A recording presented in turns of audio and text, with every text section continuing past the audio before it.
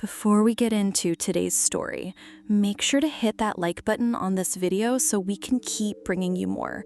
Subscribe if you haven't already, and drop a comment below to share your thoughts or your own experiences. Your support is what keeps these stories coming.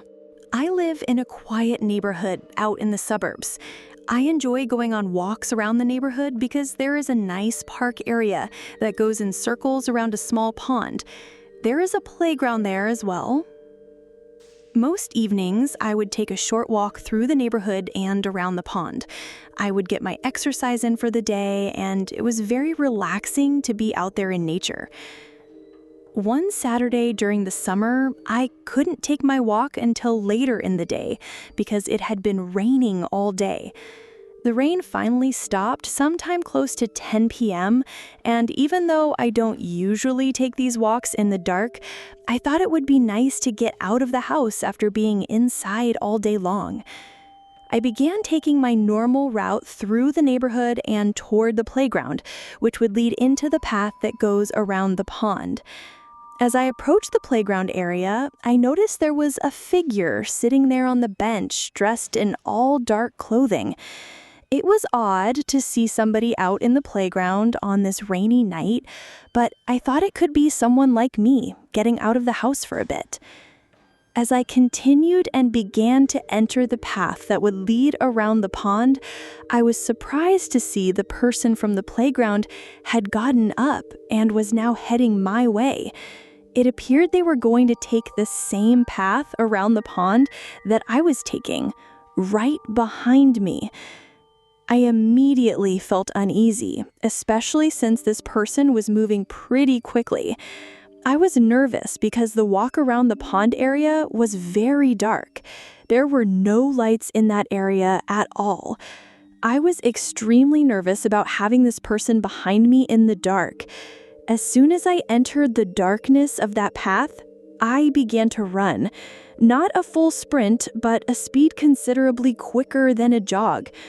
My fears reached a new level when, about halfway around the pond, I heard footsteps pounding on the pavement behind me. The person who had followed me onto that path had also begun to run, and it sounded like they were gaining on me.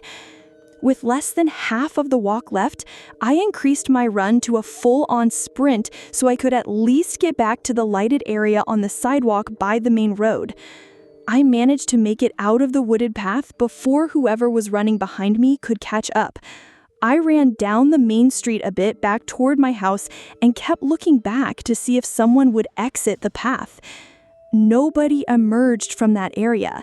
It appeared they had stopped and were staying in the dark.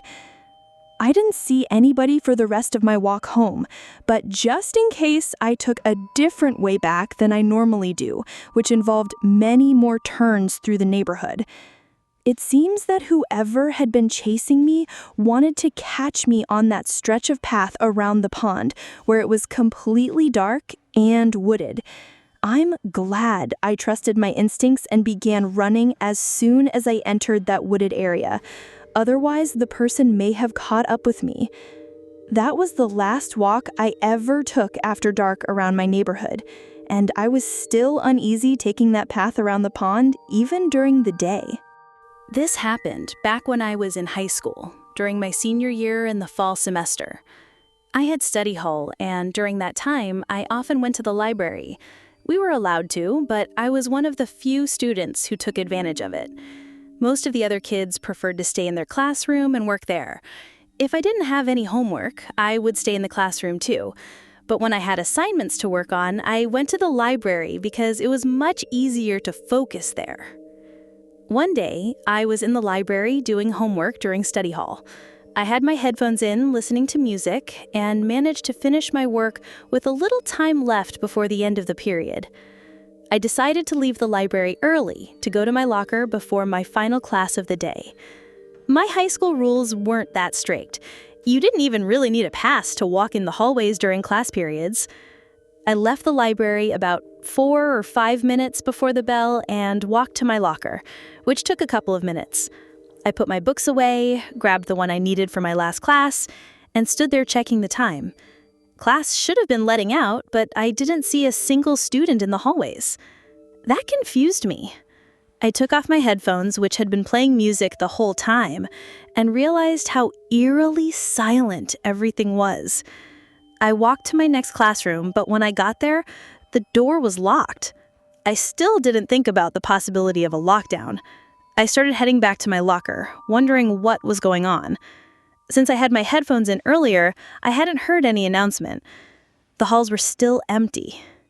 I checked my watch and phone. The time was correct. That's when it finally clicked that there might be a lockdown. I hoped it was just a drill.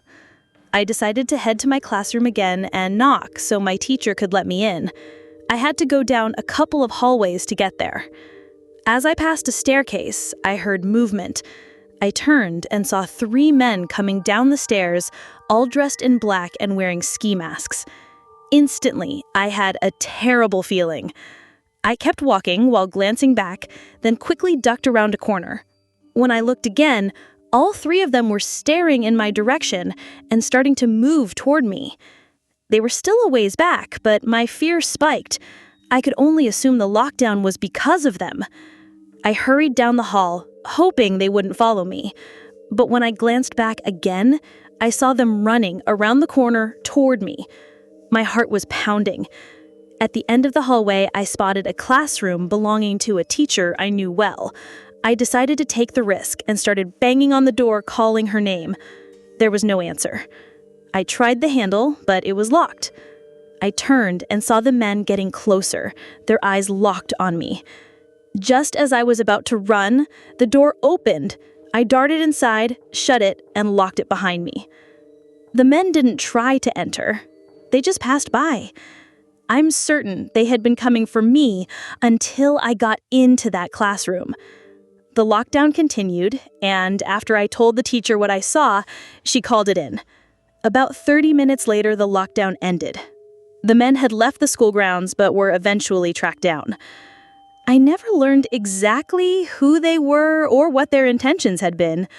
All I know is that seeing them chase me down that hallway was one of the scariest moments of my life, and I'm thankful everyone was okay in the end.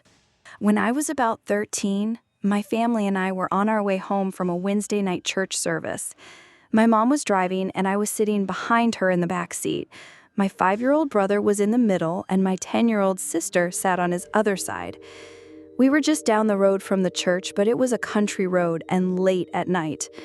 There were no streetlights and no other cars around.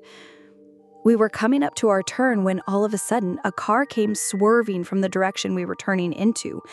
It was going so fast that it came into our lane and almost slammed right into us. My mom swerved as the driver tried to get back into their lane before we collided. Unfortunately for them, they overcorrected. Their car flipped and landed on the driver's side in a ditch. My mom immediately hit the brakes and jumped out of our car to help whoever was inside. She got about 3 steps away before she suddenly stopped in her tracks. My sister and I just sat there, mouths wide open, not knowing what to do. All I could think was, this can't be happening. Things like this only happened in movies. I didn't understand why my mom wasn't going to help. It was summer and we had the windows halfway down. I could hear someone inside the car yelling for help. My mom started moving again, but then stopped in the middle of the road. At that moment, another car flew past us. The driver jumped out without hesitation and ran to the wreck. He began prying the passenger door open so the man inside could climb out. My mom still seemed frozen in place, like something was holding her back. The Good Samaritan managed to get the door open, and the man inside crawled out, crouching on top of the overturned car. Then, my mom quickly shuffled back to our vehicle. When I looked back at the man, he had a wild look in his eyes. He stared directly at our car, then launched himself off the wreck and attacked the man who had just rescued him. After knocking him down, he turned and sprinted toward our car. At the same time, my mom ran for the driver's side door. He must have realized he couldn't reach us before she did, because he veered off toward the Good Samaritan's car instead. My mom jumped in, locked the doors, and the man leapt into the empty driver's seat of the other car. He slammed on the gas before he had even closed the door, nearly hitting us as he sped away. Seconds later, the Good Samaritan ran up to my mom's window, pounding on it and shouting for us to call 911. My mom cracked the window open just enough to hear him. He said his phone and his girlfriend were still in the car the man had stolen. My mom frantically searched for her phone but couldn't find it, so I used mine to call 911 while keeping my brother and sister calm.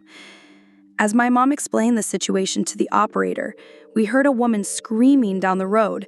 The man outside ran toward the sound and returned moments later carrying a severely scraped-up woman, his girlfriend. My mom unlocked the passenger door and let her sit inside while we waited for police. She told us that the man had noticed her in the car, tried to attack her, and she had fought back, scratching his eye and punching him. He kept attacking until finally rolling down the window and shoving her out while driving at 60 miles per hour. When the police arrived, they took our statements. One officer told my mom that the man had apparently shot and killed someone behind an apartment complex earlier that night, which explained why he was driving so fast. Later that night, after we got home, I couldn't sleep. I went downstairs to talk to my mom and asked why she had stopped instead of helping like the other man had. She told me she had felt such a strong warning to stay in the car with us, it was almost like hearing it in her head. Even when she heard the man yelling for help, she got the same overwhelming feeling that something was wrong. To this day, I wonder what would have happened if my mom had ignored that instinct. He could have easily overpowered her and gotten to our car. The man was caught later that night trying to steal another vehicle after ditching the one he had stolen behind us. What ultimately helped convict him was the woman fighting back. She had ripped the wrap off his head without even realizing it due to adrenaline. He went to jail, but I never found out for how long, and I don't care to know. Thanks for sticking around till the end. If you enjoyed the story, don't forget to give the video a like and leave a comment with your thoughts. And if you haven't already, hit that subscribe button and turn on notifications so you never miss a terrifying tale. See you in the next one.